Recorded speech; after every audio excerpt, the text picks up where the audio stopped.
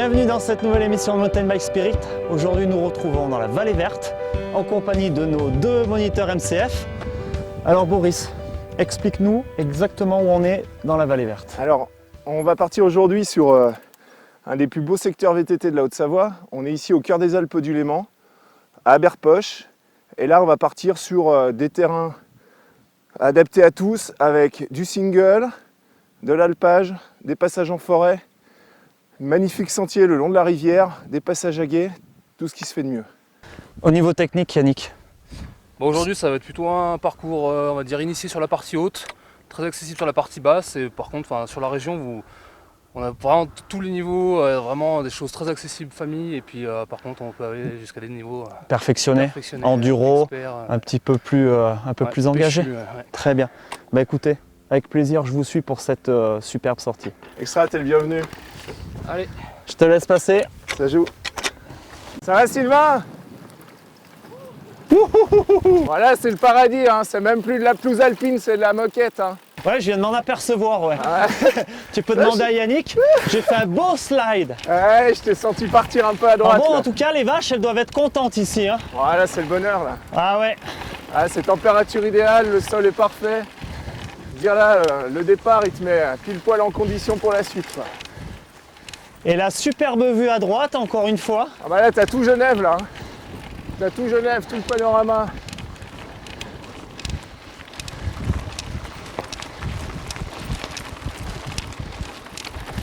On m'avait dit de la descente, mais non. Ça monte aussi. Ah, c'est une petite bosse, hein, c'est pas grand chose. Juste pour se mettre les jambes dans le move. Bon bah les gars, j'ai compris pourquoi ça s'appelle la Vallée Verte. Hein. Ouais, bah là tu vois, on descend de l'alpage, on est à l'étage montagnard. Et puis là, ici, en plus, on a l'influence du lac Léman, donc on a de la douceur avec du soleil et ça nous donne tout le vert de cette vallée. Et on change carrément de végétation. On retrouve quoi comme type de végétation principalement là? Bah là, on est dans des sous-bois mixtes, hêtres et épicéas, ce qui fait la richesse de ces forêts, quoi.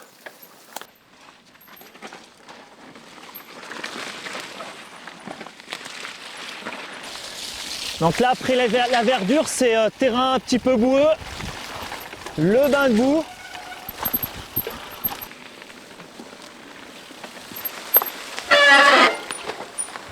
Là, on commence à rentrer dans des sections quand même plus glissantes, plus boueuses. Donc là, il faut savoir tenir son guidon quand même. ouais, d'où l'importance du réglage du poste de pilotage. Il faut vraiment que les commandes elles tombent sous les doigts. Il ne faut pas avoir à chercher le frein ou le changement de vitesse. Très important, et pour le confort et la sécurité. Pour la sécurité. Pour ça, on va rejoindre notre séquence mécanique pour aborder ce poste de pilotage et tous les réglages qui vont avec. Alors le poste de pilotage, il y a différents réglages à avoir.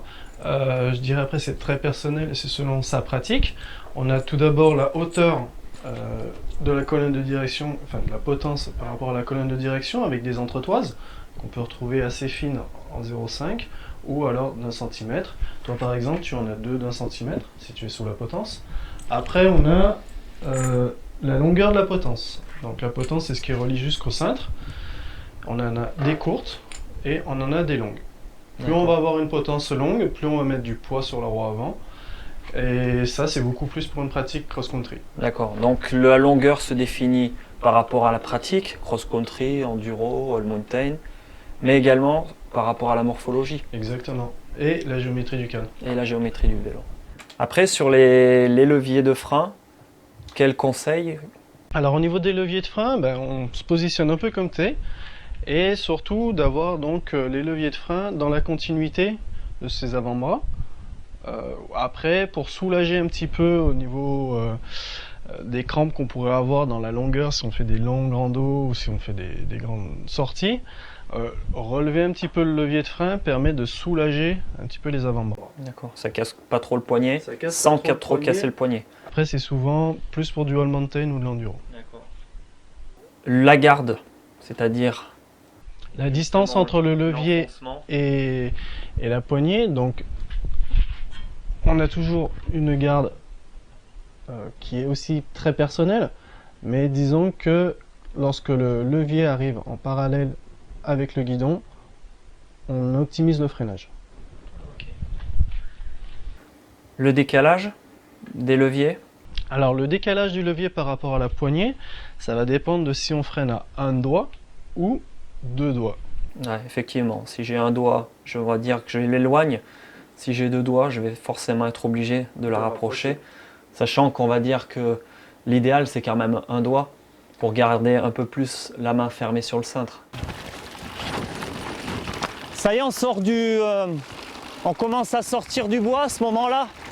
Ouais, bah là c'est la fin de la partie haute de l'itinéraire, hein.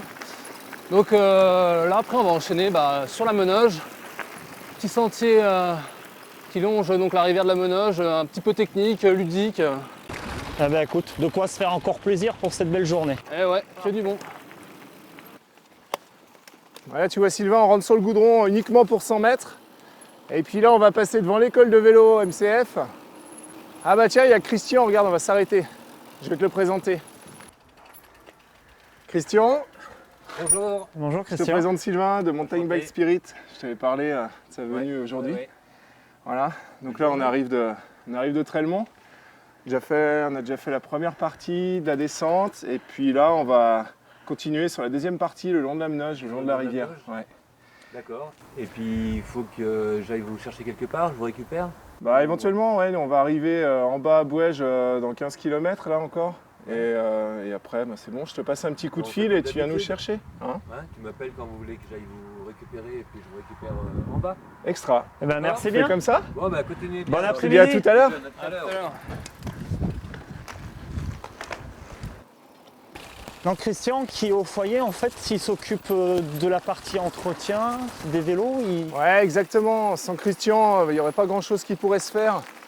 Si tu veux, c'est la personne incontournable. Il a tracé tous les chemins il y a 20 ans. Il a signé les contrats avec les propriétaires pour qu'on ait un accès libre. Et en plus de ça, bah, il fait la mécanique et il vient nous chercher une fois qu'on a descendu ces magnifiques 15 km là, le long de la Menoge, hein, le long du torrent.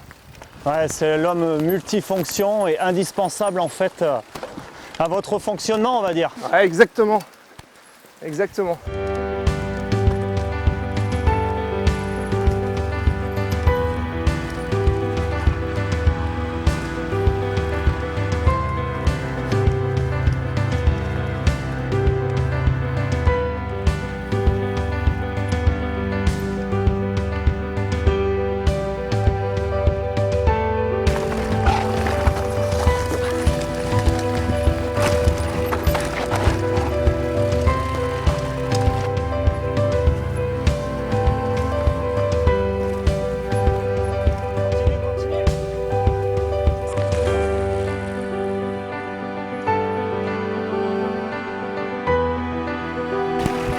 Ça s'appelle comment le lac Boris ici?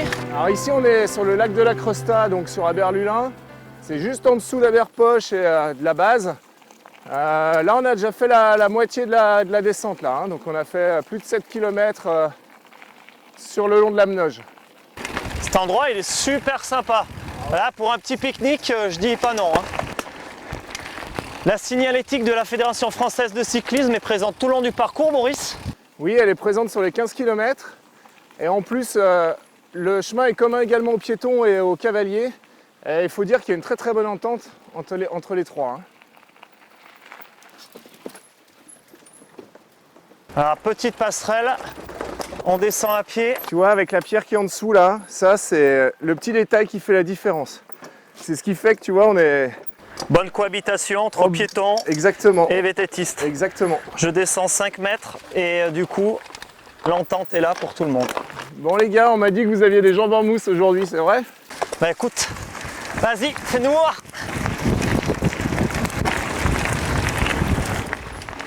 Ah! Alors là, après nous être fait chambrer par Boris, maintenant je vous propose de passer la poutre et on va voir notre équilibre. Cache. Ok?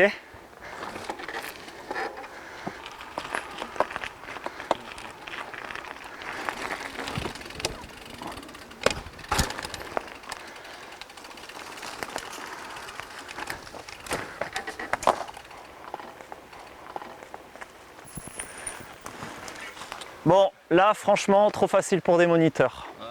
Ah ouais. Par contre, pour ceux qui ne savent pas faire, on va tout de suite regarder notre séquence pilotage, justement dédiée à l'équilibre.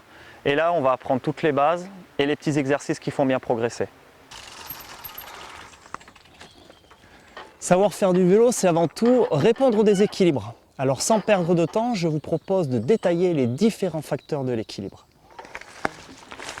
Les premiers facteurs de stabilité sont liés à la géométrie du VTT, avec notamment l'empattement qui est la distance entre l'axe de la roue avant et l'axe de la roue arrière. Plus il est important, plus le vélo est stable, mais à contrario, plus difficile à manœuvrer. Ensuite, nous avons la chasse. C'est l'ouverture de l'angle de direction. Encore une fois, plus il est ouvert, plus le vélo est stable, mais beaucoup plus difficile à manœuvrer. Ensuite, nous avons les pneumatiques, avec comme élément la pression et la largeur. Pour la pression, une pression diminuée va permettre la stabilité, mais attention, diminue la maniabilité. Et encore une fois, la largeur qui augmente la surface au sol va permettre une meilleure stabilité. Des phénomènes physiques et mécaniques entrent également en compte dans le maintien de l'équilibre. Le premier phénomène est lié à la vitesse de rotation de la roue, qui va permettre le redressement du couple homme-machine. Comme vous pouvez le voir, si je fais tourner une roue rapidement, elle va se redresser et elle va se maintenir toute seule en position verticale. Deuxième phénomène est lié à la force centrifuge. En tournant du côté du déséquilibre, on amorce une courbe qui permet de redresser le pilote et sa machine. On l'observe notamment chez les enfants qui débutent l'apprentissage du vélo. Le principal effet stabilisateur repose sur les qualités et capacités du pilote. Modifier son centre de gravité en fonction des points d'appui du vélo au sol et de la configuration du terrain. Pour développer les qualités d'équilibre du pilote, je vous propose de travailler l'équilibre statique, en adoptant bien évidemment la bonne position. Avec les pieds à l'horizontale, je positionne mon pied fort en avant et je tourne ma roue à l'opposé. Mes mains sont placées sur les freins, je me redresse au-dessus du cintre, je fixe un point et j'écarte mes genoux pour gagner en mobilité. Bon, Sylvain, à la sortie du bois là, avec Yannick, on a une petite surprise pour toi là. Ah ouais!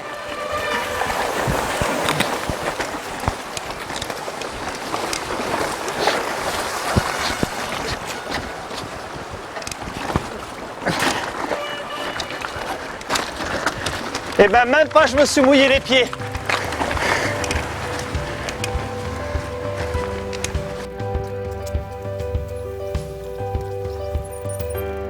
Voilà Sylvain, bah écoute, on arrive au bout de notre descente.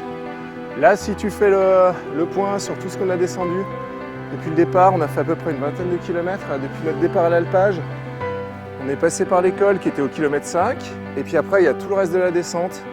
Là, ici, jusqu'au point de chute, point d'arrivée où Christian nous attend. On va pouvoir remonter en navette. Mais vu que tu m'as prouvé que tu n'avais pas des jambes en mousse et que tu as encore un peu d'énergie, je pense que tu pourrais presque même reprendre le chemin pour remonter. C'est super écoute, sympa. Ouais, merci pour l'invitation. Tu estimes le temps à combien sur l'ensemble de ce qu'on a fait pour des gens pratiquants réguliers? Pour des pratiquants réguliers, sur un format de 3 heures, 2h30, 3 heures, ça se fait vraiment bien. Super. Bon, bah écoute, on va rejoindre Christian. Pas de problème. Bon, en tout cas, les garçons, merci pour cette super journée. J'invite tous les fidèles de Mountain Bike Spirit à vous retrouver sur le site alpetaz.fr pour avoir vos coordonnées et puis venir vous rencontrer sur le terrain et profiter de votre super terrain de jeu à tous les deux. Ciao les gars, à la prochaine. Ciao Sylvain. À la prochaine. Merci pour tout. T'es le bienvenu, tu reviens quand tu veux.